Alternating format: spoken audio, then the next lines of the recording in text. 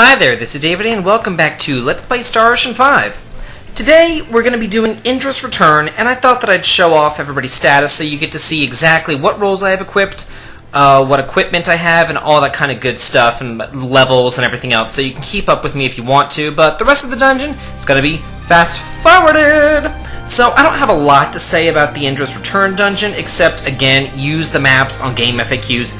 Definitely.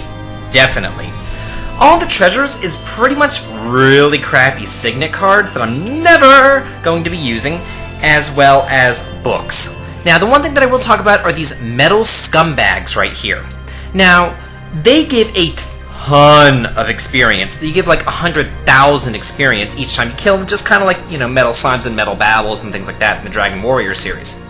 But now, the way that you're supposed to damage them, because like, you'll deal, you know, maybe 50, 60 something damage to them, unless you have, you know, Fidel with Berserker and double slashing the crap out of them, then you'll be perfectly fine.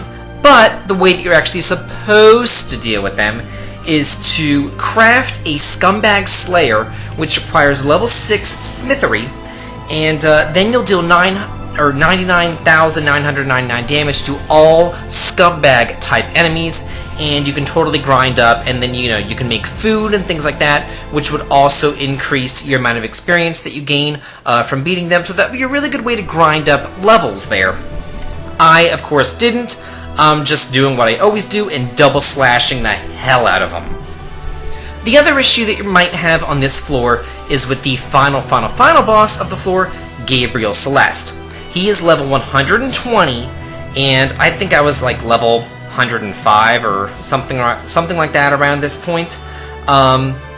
So in order to beat him, have the God Slayer equipped, make sure that your reserve rush gauge is totally filled up so you can blast him with that as well.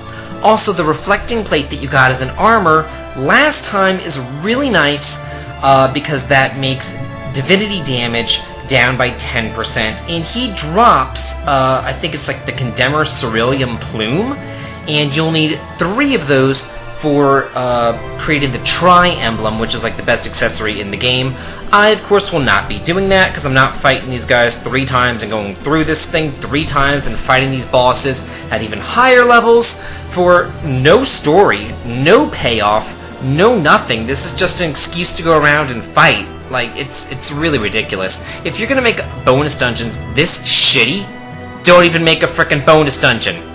That laser suit that we got right there, it's really nice for Miki. It really does increase her defense, and we'll also be getting an Aurora Blade for Fidel, and then I would just take his previous weapon and augment it into that Aurora Blade and make sure that you have as much attack power with him as humanly possible.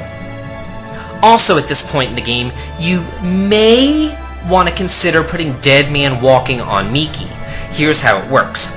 You throw you put the roll on her, and then you disable every single spell that she has except for Fairy Star, and that completely heals the entire party. And then I also put Sage on her, which reduces her casting time by 70%, fully maxed out.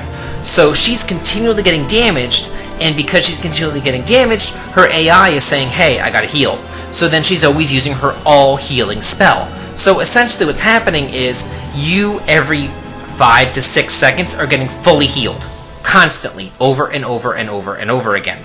And I think that sometime during this run through this floor, which took me well over 2 hours to do, I end up putting Dead Man Walking on her. It's either this floor, or I know it's the next floor, because I can't get to the bosses without doing it, and I'm not going to grind. Screw that. I got shit to do. I don't have time to sit there and grind. So, yeah, hope that you guys enjoy this one, featuring the music from Star Ocean the Second Story, if I didn't say so before, and the previous video is featuring the music from Star Ocean First Departure, so we got third story coming up next time, and I wonder what music that'll have. Anyway, have a good day.